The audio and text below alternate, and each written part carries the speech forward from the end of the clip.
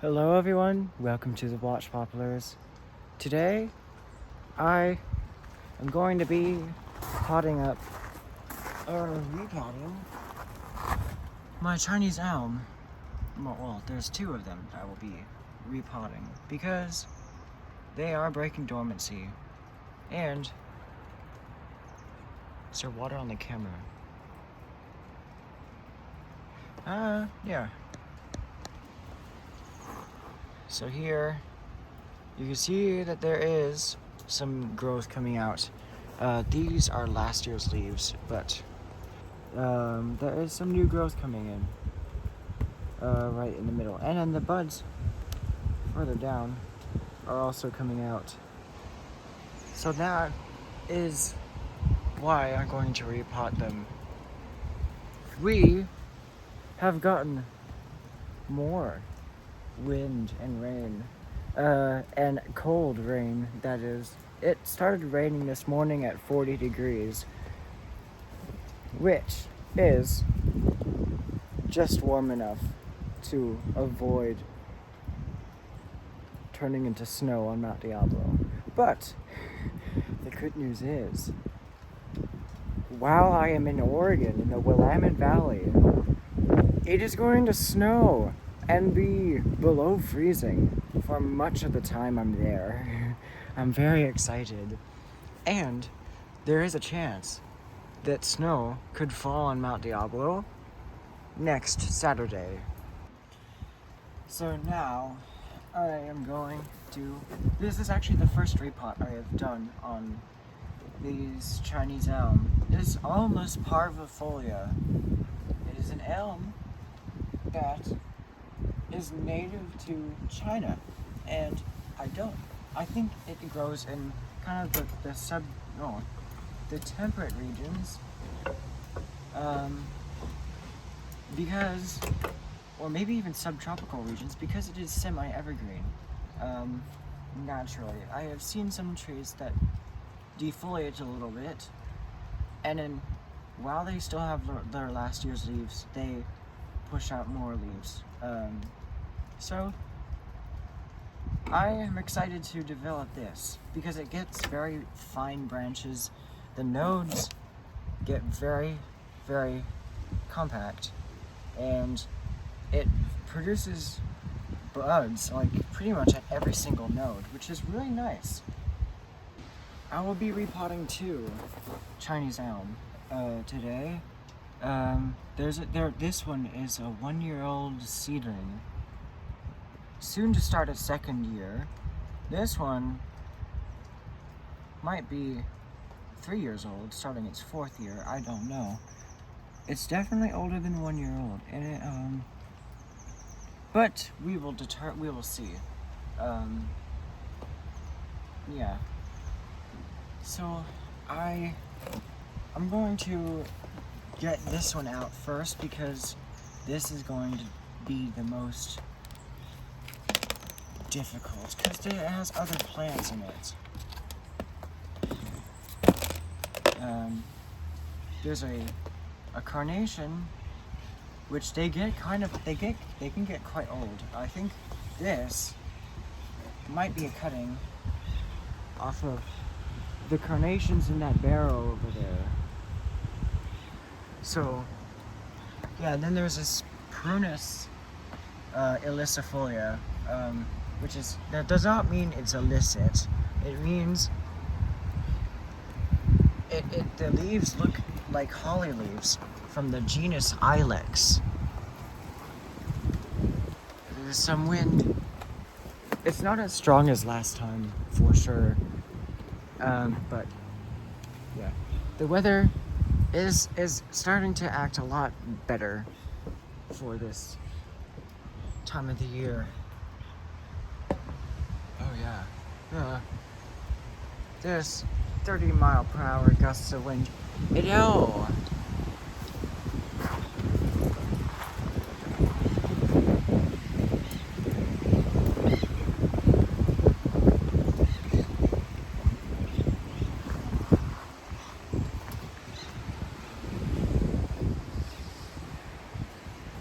Yeah, I get very captivated by the wind.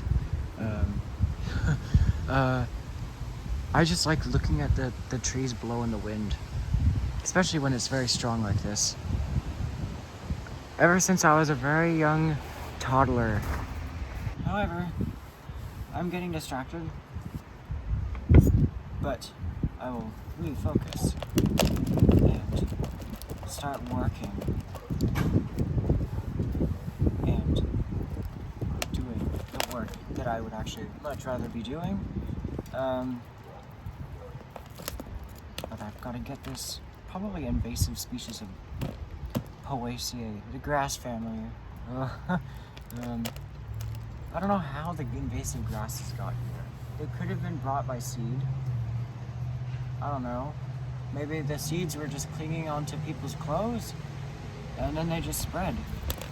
However, I'm just gonna try getting this one out. This Chinese elm. And it will come out easily. And maybe, it tried taking the evergreen plum, the Prunus ilicifolia, out with it. Now, because I haven't done any root work with it, with this Chinese elm, it has a crazy root system, which I cannot use for bonsai. I have to prune it back very hard, but there are some roots just below my fingers that will allow me to do that. I just need to rinse off the soil first so I can cut it without damaging my scissors. And now the flashlight has been activated.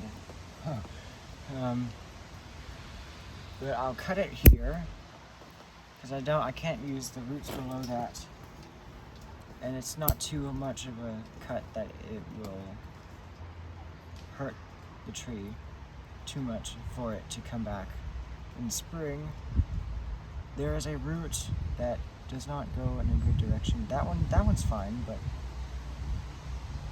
this one here is really bad. It cranks to the side.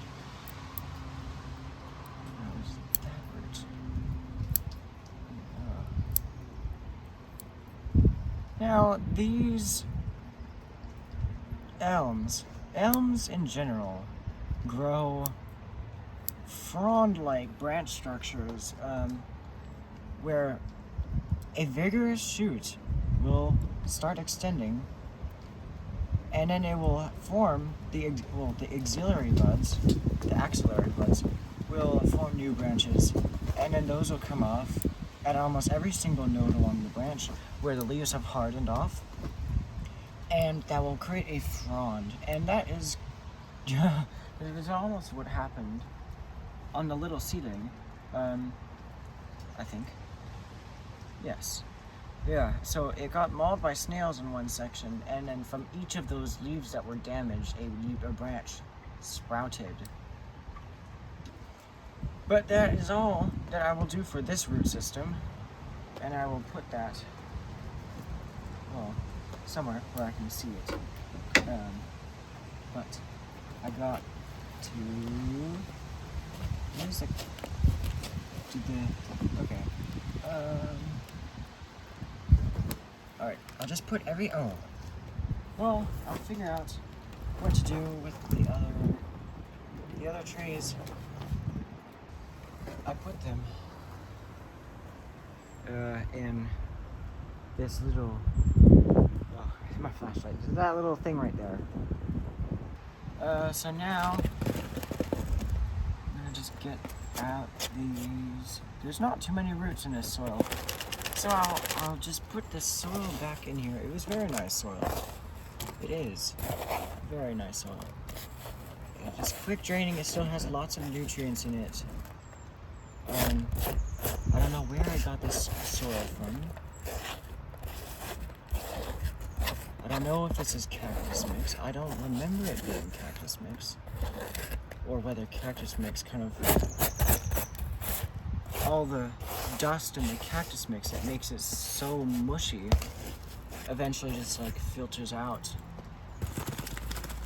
and makes it normal, but I don't know. that probably happens in enough time to kill a succulent. So, don't get your succulent mix from this company. Or was it?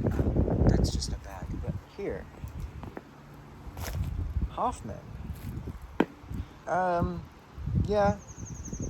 I think this company has low credibility because their soil will drown succulents. But anyway, the next one I'll be working on is this. I think it's a 3-year-old sapling. Now, I collected these in April, which is a bit late, so I expected a few of them to die. I also didn't get all the taproots on some of them. This is the one I thought was going to survive the most, but every one of the seedlings except this one started to wilt. They also had last year's leaves on, and this year's the leaves of 2023 and the leaves of 2024 at the same time, which proves that they are semi-evergreen. And then the older leaves got fall colors as the on the one that survived, a branch just fell, probably a dead, rotten one. It's not strong enough at all to just knock off branches like frequently. Now, on this, I just realized this is one of the dead ones. There is no life in that one. In this one, that's just a piece of grass. It has no life. I thought there was another one. What? I don't know. I thought I remember collecting 4. There was a big gust of wind. But I need to focus. What's more exciting is the snowy weather that's incoming. But now there is a sudden rain shaft that is slamming into our area with a very big punch. That was very unexpected. And now it looks like a hurricane. And I don't expect this rain shaft to end anytime soon because it continues on over there. That was bad. That was very, very, very abrupt. Notice the fluctuations in the strength of the rain.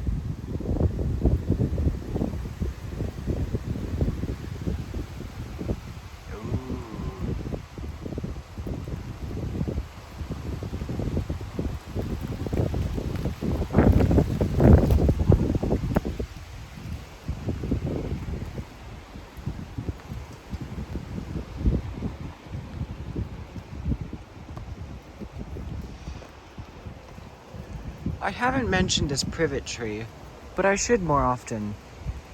So I think,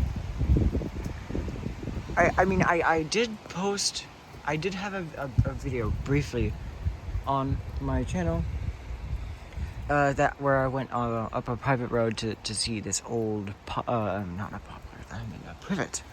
But I was a bit oversharing, so I deleted that upload and then I guess there's a very good example of a mature privet tree right here.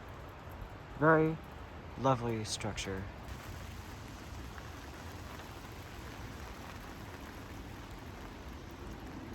I can see it moving right there.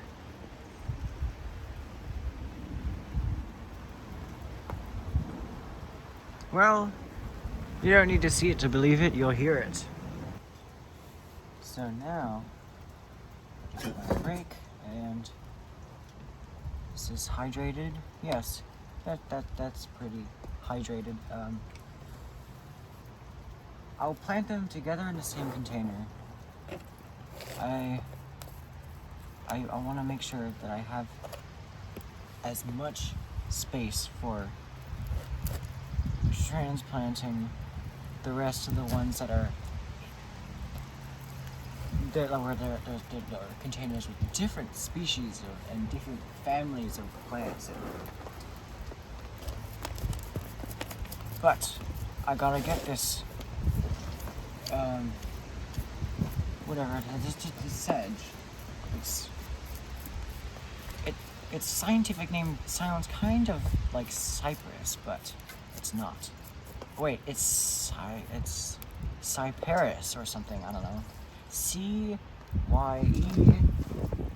no, C-Y-P-E-R-I, no, C-Y-P-A-R-I-S.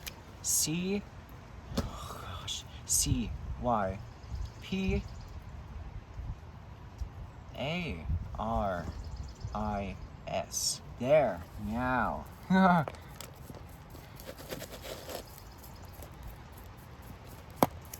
So this soil is quite different from the old soil. The sedge. Maybe I shouldn't have let it grow in here. It is a big, the sedge, it can get quite large. Very large grass. Drought tolerant. But yeah. Maybe it's not even native, I don't know. There are native sedges to North America. But, I don't know. I've got all the sedge out. But now, I realized that, well, there are no roots sprouted where I hoped that they would. No, I couldn't have, I'm glad I didn't do any more root work, because there weren't many roots on the tree when I collected it. But I need to spread them all out to see what's going on.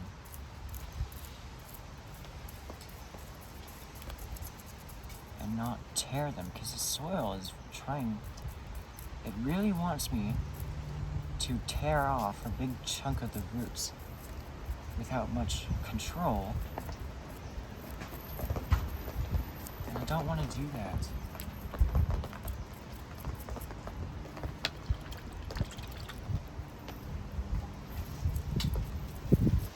I want to be careful. It's a big gust. There are not many roots that I can use actually here. But they do grow from cuttings, that's what I know. So I ended up taking off a lot of the roots. This is probably mostly from the Chinese elm. But I'll wash the roots now. I got a nice fresh round of water because the other water was getting muddy. So that maybe I can actually get the roots clean this time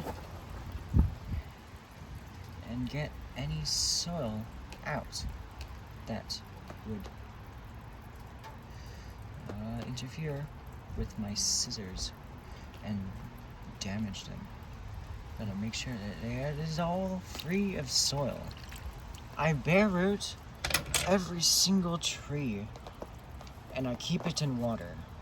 I will be doing that for the rest of my trees' lives and, well, for the rest of my life. And I highly recommend it to the same to be done to whoever takes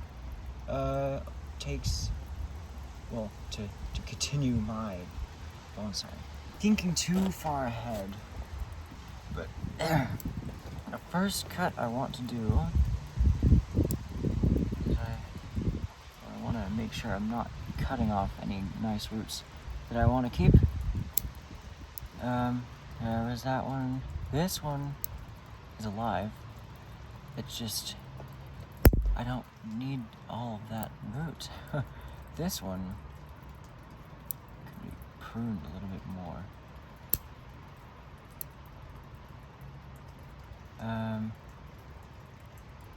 There are not many roots on this.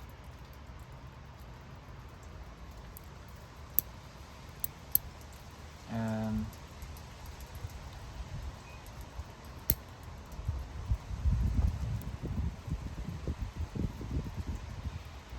I'll just cut this part off.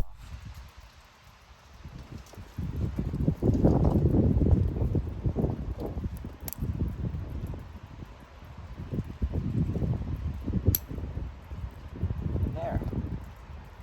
Now I'll cut a little bit of the side roots. And then I will be done with the root pruning because I don't have many options to pruning this other than that. But that's as much as I want to take off before I start risking the health of the tree. I want it to be healthy enough to recover and grow a lot of roots, but I do want to do one more thing. I'm going to put a few scars into the cambium layer so that it grows roots. Like that. Oh yes, the wind. This is very soft wood. I could cut through this, no problem. I just don't want to. Yeah, so I'll kind of remove some of the skin in some areas. Hopefully that does not kill the tree. I left quite a bit of stuff on, and I think this tree is going to survive, but this is where I want the roots to be. So yeah, the roots come out of the cambium layer.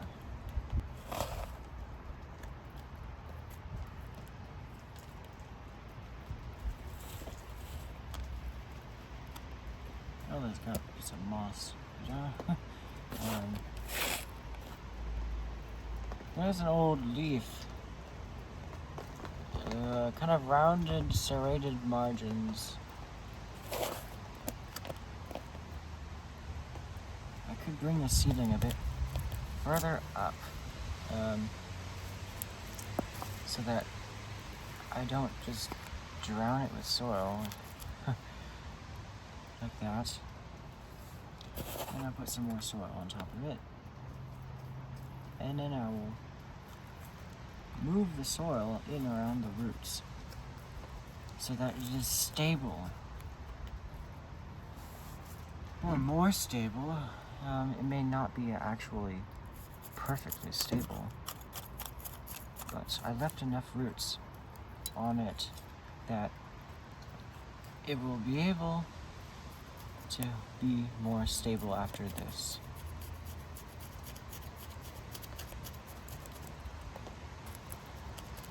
Now the soil is it's not very good soil,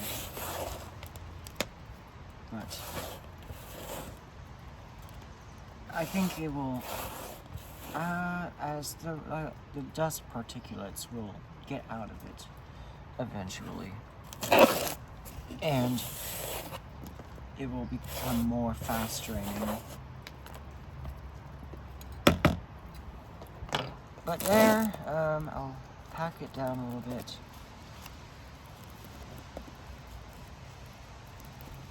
And then I'll moss it up and then show you. So there it is. The moss is a bit uneven right now because it just needs time to kind of fluff up and grow back in. So I finished watering it, and yeah. So the honeysuckle is leafing out.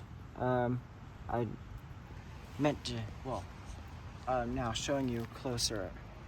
And then the plum forest is starting to come to life.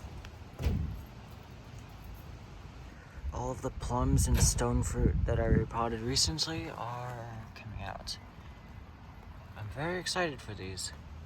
They look good in spring, summer, and fall. But then there's also this baccharis, the coyote bush, the peaches, and the pear. And my alder is coming out to leaf now. There's lots. Oh yes. But you can see the leaves coming out now. They are early trees, so that's normal. Yeah. So I also brought my cottonwood out here. It doesn't need to be protected from warm temperatures. Maybe I can bring it down there so that I can make it get earlier fall colors. But that will be an experiment for fall. And I'm doing an experiment for my truly cold-loving plants down there. And I'll bring them out on the 21st of March. The same day that I'll be posting the video of that crazy atmospheric river that happened in 2023. One of them. Here's the honeysuckle that I repotted. Was it yesterday? I think. Yeah. This was probably yesterday. About my white poplar up here. There are white poplars growing here, around here, but they're not native. But they don't need overwintering because they are a Mediterranean poplar. But they grow in riparian areas. The buckeye is coming out into leaf. There is a manzanita cutting, and it is flowering. What else? Well, there's a spurge. I repotted that one off camera because it just had the craziest dense root system. But that looks like it'll survive. Then there's this grass here, and I cut it back to a literal disc.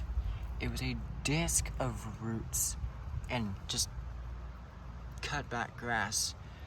And now it is coming back in the standing water, which it probably loves, because it's a grass, as well as this is just soaking. They love it, the willow herb. Yeah, so now that it's February, I will let every one of them grow. There's the poison hemlock. I'm very excited about that one. Yeah, there's this monkey flower. I forgot to pot it up after I got this honeysuckle. And it was just laying there for like over a day, but it started wilting, so I put it in here. Well, the dying baobab, bottle tree. Oh gosh, what is this? It's a bottle tree. It's still alive. It's quite firm. It's firm. It just died back like that much. It's still kind of dying back a little bit. But this one might die, but this one is probably gonna survive. But I think maybe they do need some protection. I don't know how the parent bottle trees survive growing in Walnut Creek where it gets colder at night. I planted the rest of the fuchsia in one of the barrels, so that's gonna be very nice. That's all for today. This is the Watch Poplars, and I will.